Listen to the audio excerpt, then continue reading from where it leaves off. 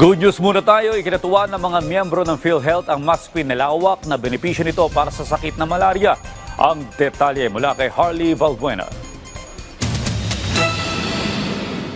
Tinasan at pinalawak pa ng Philippine Health Insurance Corporation ang benepisyo para sa sakit na malaria. Ayon sa Malacanang, mula sa 780 pesos ay itataas na sa 1,170 pesos ang PhilHealth coverage para sa diagnostic test, gamot at konsultasyon kaugnay ng malaria. Saklaw din ito ang paggamot sa malaria na walang komplikasyon, kabilang ang 5,460 pesos sa primary care at 7,800 pesos sa ospital.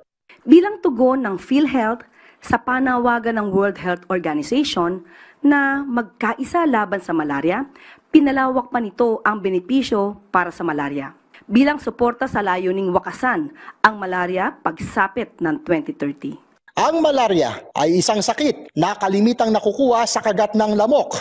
Sa pinakahuling datos ng Research Institute for Tropical Medicine ng Department of Health, umabot sa 6,248 na kaso ng malaria ang naitala sa bansa noong 2023, mas mataas ng 70% sa naitalang kaso noong 2022. Ang ilang mga nanay na nakausap namin, mas panatag na ang loob ngayon dahil sakaling tamaan ng malaria ang kanilang mga anak, mas malaki na ang makukuha nilang coverage sa PhilHealth.